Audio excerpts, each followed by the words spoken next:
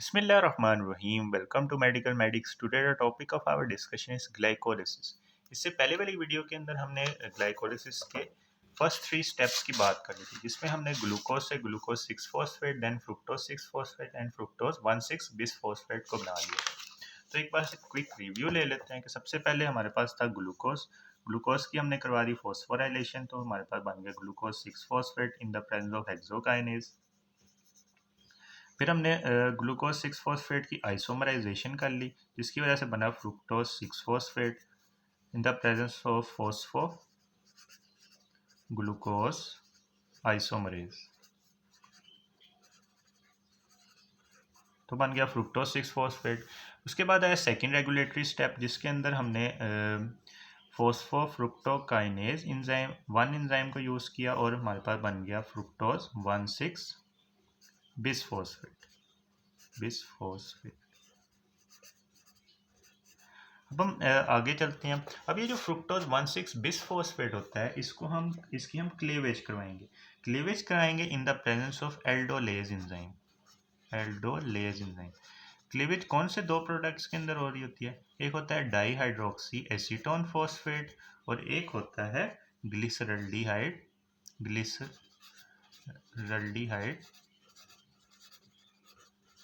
3 phosphate. अब ये जो डाईहाइड्रोक्सी एसीटोन फॉस्फेट होता है, ये आगे ग्लाइकोलिसिस को प्रोसीड नहीं कर रहा होता। तो इसकी वजह से हम क्या करते हैं कि जो डाईहाइड्रोक्सी एसीटोन फॉस्फेट होता है, इसकी हम आइसोमराइजेशन कर देते हैं। आइसोमराइजेशन की वजह से हम यहाँ पे आइसोमर यूज़ करते हैं। आइसोमराइजेशन की वजह से क्या होता है कि जो ग्लिसरल्डिहाइड 3 फॉस्फेट होता है, डाईहाइड्रोक्सी एसीटोन फॉस्फेट होता है, ये भी कन्वर्ट हो जाता है इनटू द ग्लिसरल्डिहाइड 3 फॉस्फेट। तो इस तरह से हम कह सकते हैं कि यहाँ पे भी हमारे पास आ जाएगा ग्लिसरल्डिहाइड 3 फॉस्फेट। यहाँ पे भी आ गया और यहाँ पे भी आ गया, दोनों साइड्स पे। अब यहाँ पे जो दोनों साइड्स के रिएक्शन वो सेम होंगे। कैसे सेम होंगे? कि फ्रुक्टोज 1,6 बिसफॉस्फेट था, फ्रुक्टोज 1,6 बिसफॉस्फेट, उस पर एल्डोलेज एक्ट किया, एल्डोलेज, तो बन गया dihydroxy acetone phosphate and glyceraldehyde 3 phosphate.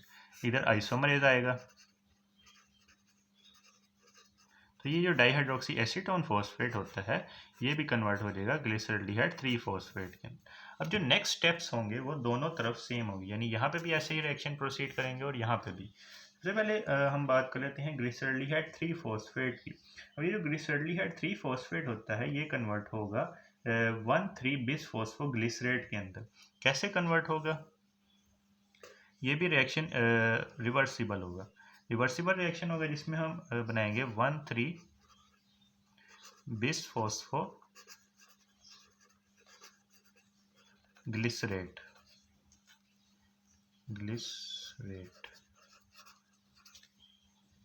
अब इस रिएक्शन के अंदर हमने फॉस्फेट ऐड किया। हमने कहा था कि जो फर्स्ट 5 स्टेप्स होते हैं ग्लाइकोलिसिस के, वो एनर्जी इन्वेस्टमेंट फेज के अंदर आते हैं। तो इसके अंदर हम एटीपी से एनर्जी तो नहीं लेंगे, अलबत्ता हम इनऑर्गेनिक फॉस्फेट को यूज़ करेंगे।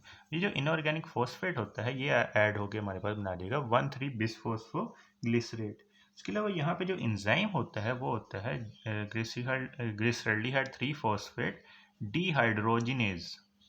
डिहाइड्रोजिनेज की यूज़ होगा क्योंकि यहाँ पे कन्वर्जन हो रही होती है NAD की into the NAD positive NADH plus H positive. अब ये जो NADH बना है, ये आगे जाकर दो काम करवाएगा।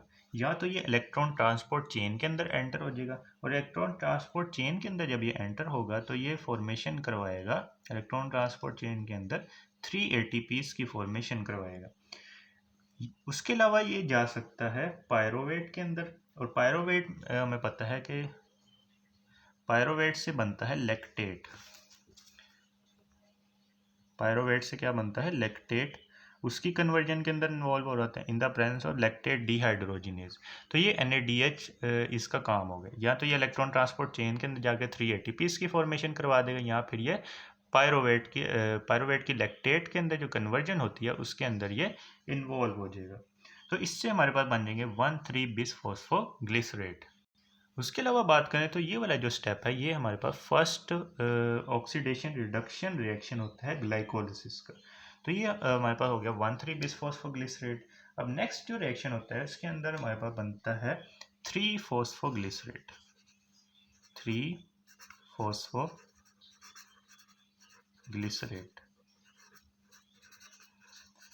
पहले 2 फॉस्फेट थे, अब 1 हो जाएगा। एक फॉस्फेट को हम क्या करेंगे कि हम इसकी एडीपी से एटीपी बना देंगे।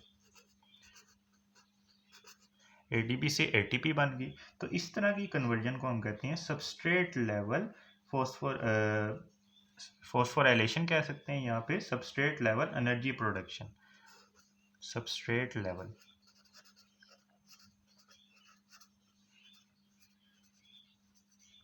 उसके अलावा एंजाइम की बात करें तो यहाँ पे जो एंजाइम यूज होगा उसको हम बोलते हैं फॉस्फोग्लिसरेट काइनेज। फॉस्फोग्लिसरेट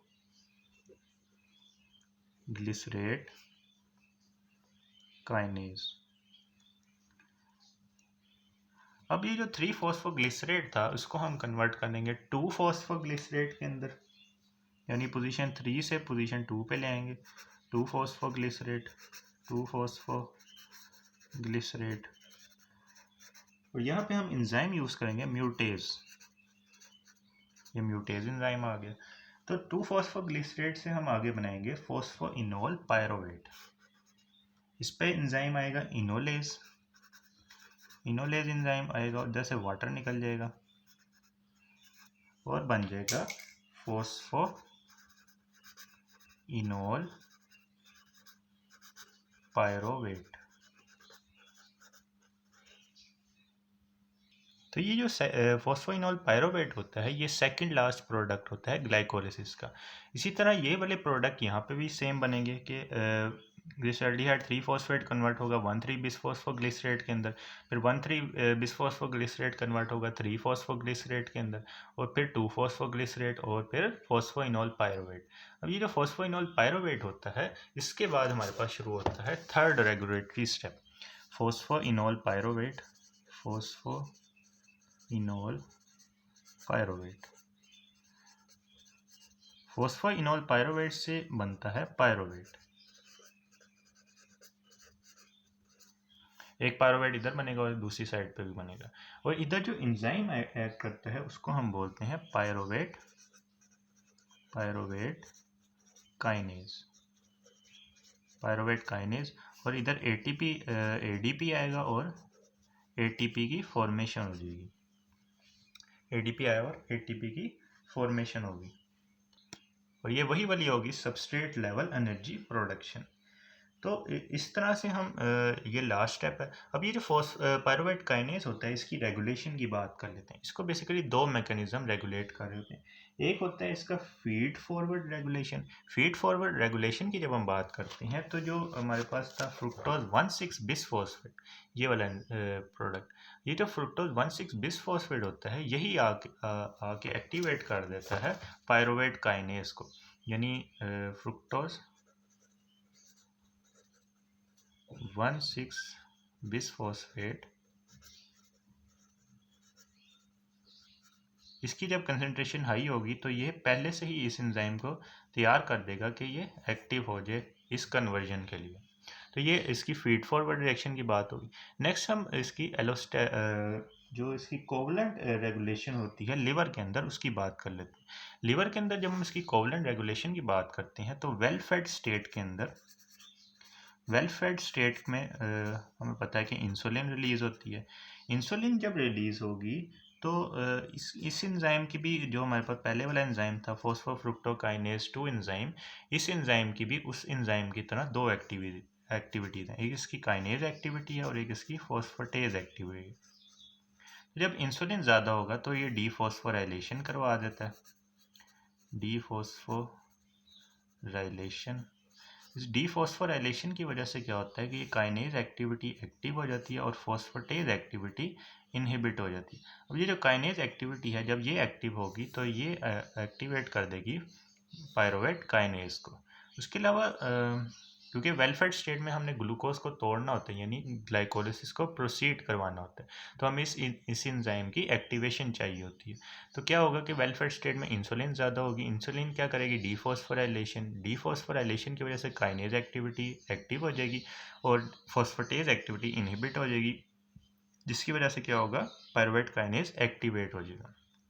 नेक्स्ट हम फास्टिंग स्टेट की बात कर लेते हैं।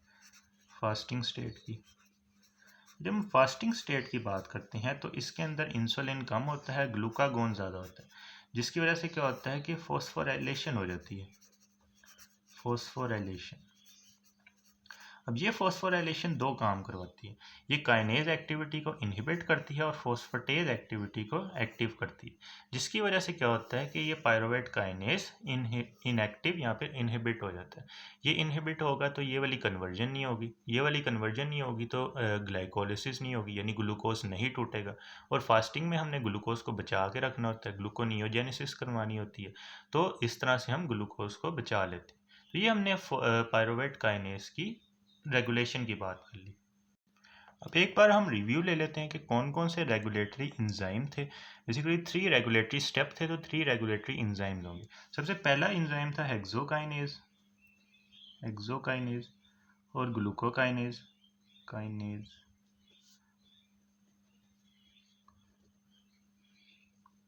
जो कि फर्स्ट स्टेप को करवा रहा था, तो ये फर्स्ट एंजाइम हो गया। दूसरा एंजाइम हमने पढ़ा फोस्फोफ्रुक्टोकाइनेज 1, ये सेकेंड एंजाइम था। और तीसरा एंजाइम हमने पढ़ा पायरुवेट काइनेज। तो ये 3 एंजाइम होते हैं ग्लाइकोलिसिस को रेगुलेट करने के अंदर। उसके अलावा एक पॉइंट आता है कि जो 1,3 बिसफॉस्फोग्लिसरेट होता है, ये आरबीसीज के अंदर कन्वर्ट हो जाता है 2,3 बिसफॉस्फोग्लिसरेट के अंदर। 2,3 बिसफॉस्फोग्लिसरेट के अंदर कैसे कन्वर्ट होता है, इसके लिए हम एक एंजाइम यूज़ करते हैं, म्यूटेज का एंजाइम, जो कि 1 पोजीशन से फॉस्फेट को हटा के 2 पोजीशन पे ले आएगा। तो 1,3 बिसफॉस्फोग्लिसरेट कन्वर्ट हो जाएगा 2,3 बिसफॉस्फोग्लिसरेट के अंदर। ये 2,3 बिसफॉस्फेट होता है, ये इंक्रीज कर रहा होता है ऑक्सीजन की डिलीवरी को। और जब हम 2,3 बिसफॉस्फेट पे ऐड करेगा फॉस्फेटेज, तो वो उसमें से फॉस्फेट को निकाल देगा। तो फॉस्फेट को जब वो निकाल देगा तो वो दोबारा कन्वर्ट हो जाएगा 3 फॉस्फोग्लिसरेट के अंदर और दोबारा ग्लाइकोलिसिस प्रोसीड हो जाएगी। यानी वो क्या कह रहे हैं कि इस पे जब म्यूटेज ऐड करेगा, म्यूटेज ऐड करेगा, तो 1,3 बिसफॉस्फोग्लिसरेट कन्वर्ट हो जाएगा 2,3 बिसफॉस्फोग्लिसरेट के अंदर। उसके बाद जब ये ऑक्सीजन डिलीवरी के अंदर इन्वॉल्व हो जाएगा, तो जब हमने इसकी दोबारा कन्वर्जन करनी होगी तो फॉस्फेटेज इस पे ऐड करेगा, फॉस्फेटेज। और जब फॉस्फेटेज इस पे ऐड करेगा तो ये वाला जो फॉस्फेट था इसको निकाल देगा, तो हमारे पास 3 फॉस्फोग्लिसरेट बन जाएगा। तो ये हमने ग्लाइकोलिसिस को डिटेल से देख लिया। अब नेक्स्ट पार्ट की वीडियो के अंदर हम इसकी एनर्जी प्रोडक्शन और एटीपी जो हमारे पास बनेंगे उनको कैलकुलेट करेंगे। If you like this video then kindly share it with your friends and subscribe to my channel.